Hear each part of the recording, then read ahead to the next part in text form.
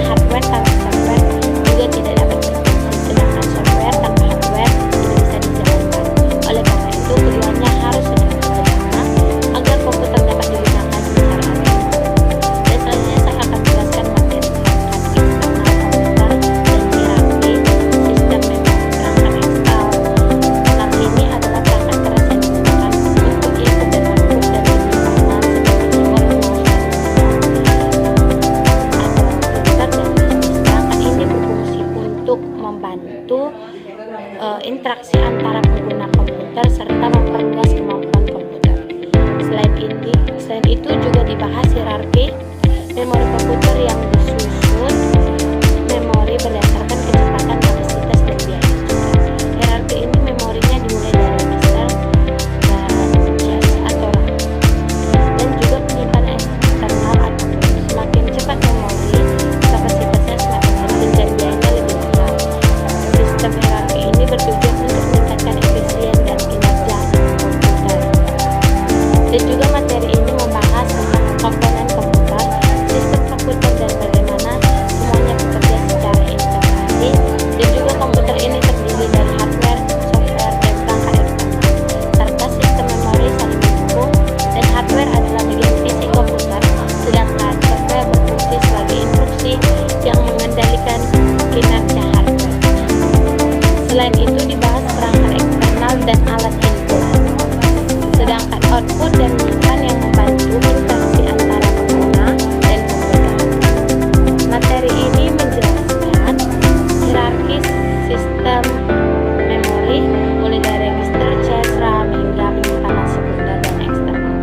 Kesimpulannya, komputer dapat bekerja dengan baik karena adanya kerjasama antara hardware, software, dan perangkat eksternal, dan sistem memori yang tersusun secara fitur untuk menghasilkan kinerja yang efisien. Dan juga di sini saya akan menjelaskan organisasi dan arsitektur komputer. Ini arsitektur komputer membahas rancangan dan konsep dasar komputer yang terlihat oleh programmer seperti instruksi, register, dan modul pemrosesan. Sedangkan organisasi komputer menjelaskan bagaimana komponen perangkat keras di dalam komputer disusun dan dihubungkan agar sistem dapat berjalan secara cepat. Komputer secara umum tersusun dari 4 komponen utama, yaitu perangkat input, CPU, memori, dan perangkat output. Perangkat input berfungsi untuk memasukkan data dan perintah ke dalam komputer, seperti keyboard, mouse, kamera, dan mikrofon. Data dari perangkat CPU kemudian dikirim ke CPU untuk diproses. Setelah diproses dan hasilnya disimpan di memori, akan ditampilkan melalui perangkat output seperti monitor dan printer. CPU atau Central Processing Unit berperan sebagai pusat kendali dan pemrosesan data. Di dalam CPU terdapat unit aritmatika dan logika yang berfungsi melakukan perhitungan serta unit kontrol yang mengatur jalannya instruksi. CPU bekerja dengan kecepatan tinggi dan terus berkomunikasi dengan memori untuk mengambil data maupun instruksi yang dibutuhkan selama proses berlangsung. Dan juga memori berfungsi sebagai tempat penyimpanan data dan instruksi. Sistem memori juga disusun secara bertingkat atau disebut hierarki memori. Pada tingkat paling atas terdapat register yang berada di dalam CPU dan memiliki kecepatan paling tinggi, namun kapasitasnya sangat kecil. Di bawahnya terdapat cache memori yang berfungsi mempercepat akses data dari RAM ke CPU. Selanjutnya terdapat RAM sebagai memori utama untuk tempat program dijalankan. Pada bawah terdapat penyimpanan sekunder seperti hard disk dan CD yang SSD yang digunakan untuk menyimpan data secara permanen. Agar CPU dapat berkomunikasi dengan perangkat di luar sistem utama, komputer menggunakan modul input dan output.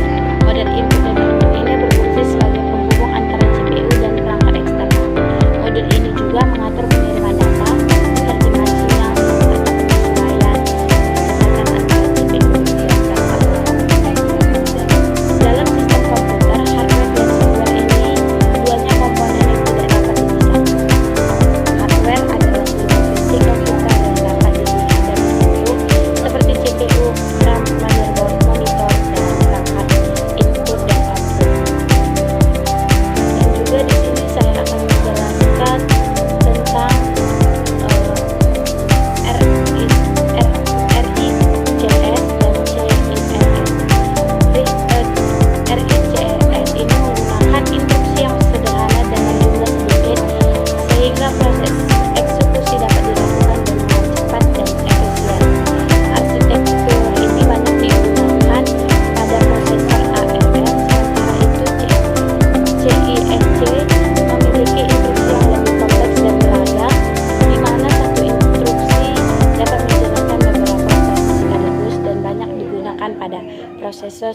Intel atau AMD.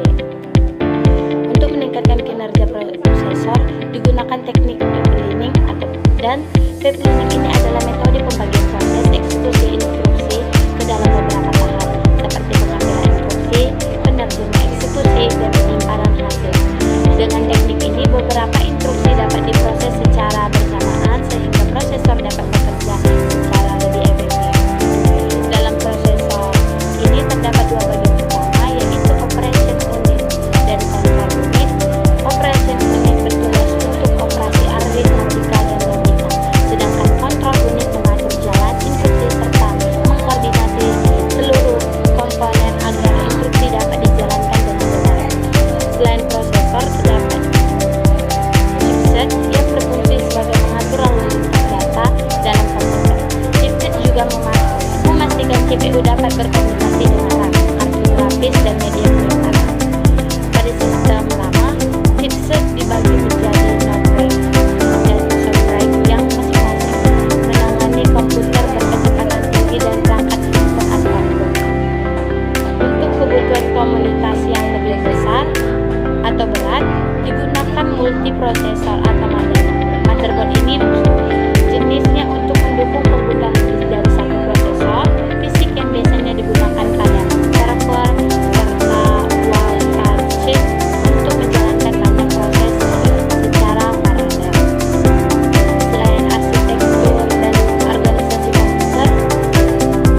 komputer atau performance juga menjadi hal penting. Komputer performance menunjukkan beberapa cepat dan efisien komputer dalam menjalankan tugas. Kinerja komputer dipengaruhi